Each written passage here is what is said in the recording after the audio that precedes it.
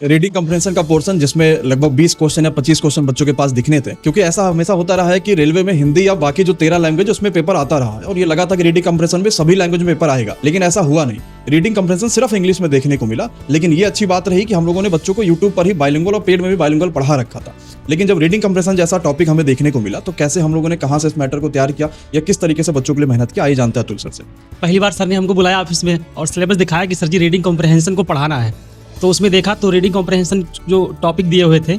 तो सबसे पहले तो कुछ समझ में नहीं आया कि इसमें करना क्या है। तो ईमानदारी से बताऊं तो सबसे पहला प्रैक्टिस सेट जो बना के दिया था मुझे, वो सर ने बना के दिया था, और उसके बाद उसको फॉलो करते हुए फिर डायमेंशंस कई सारे चेंज करते हुए जैसी जैसी बच्चों की डिमांड आती गई, या अदर प्लेटफॉर्म में जहाँ हालांकि बहुत सारे कई सारे प्लेटफॉर्म इससे संबंधित कुछ कराया ही नहीं, जहाँ से कुछ आया तो बच्चा वो देखता था फिर कमेंट करता, सर जी फलाना जगह ऐसा कराया जा रहा है। तो फिर पता चला कि वहाँ देखा तो मतलब सारे प्लेटफॉर्म पर लगभग ये देखने को मिला कि वो पैटर्न जो सिलेबस का हिस्सा था उस पैटर्न पर नहीं था, या तो बहुत लेंदी कराया गया या फिर मतलब उस पैटर्न से हट के कराया गया था। और सबसे भयानक चीज ये थी पूरी उस यात्रा में आखिरी तक, एक क्लास जो पहली बार यूट्यूब पे जानी थी, जो डेमो क्लास जानी थी, उसकी बात मैं बताऊं कि रात को मुझे लगता है 12 बजे के बाद का समय था और एसी लगभग 20 डिग्री सेंटीग्रेड पर चल रही थी और मुकेंद्र सर इसके गवाह हैं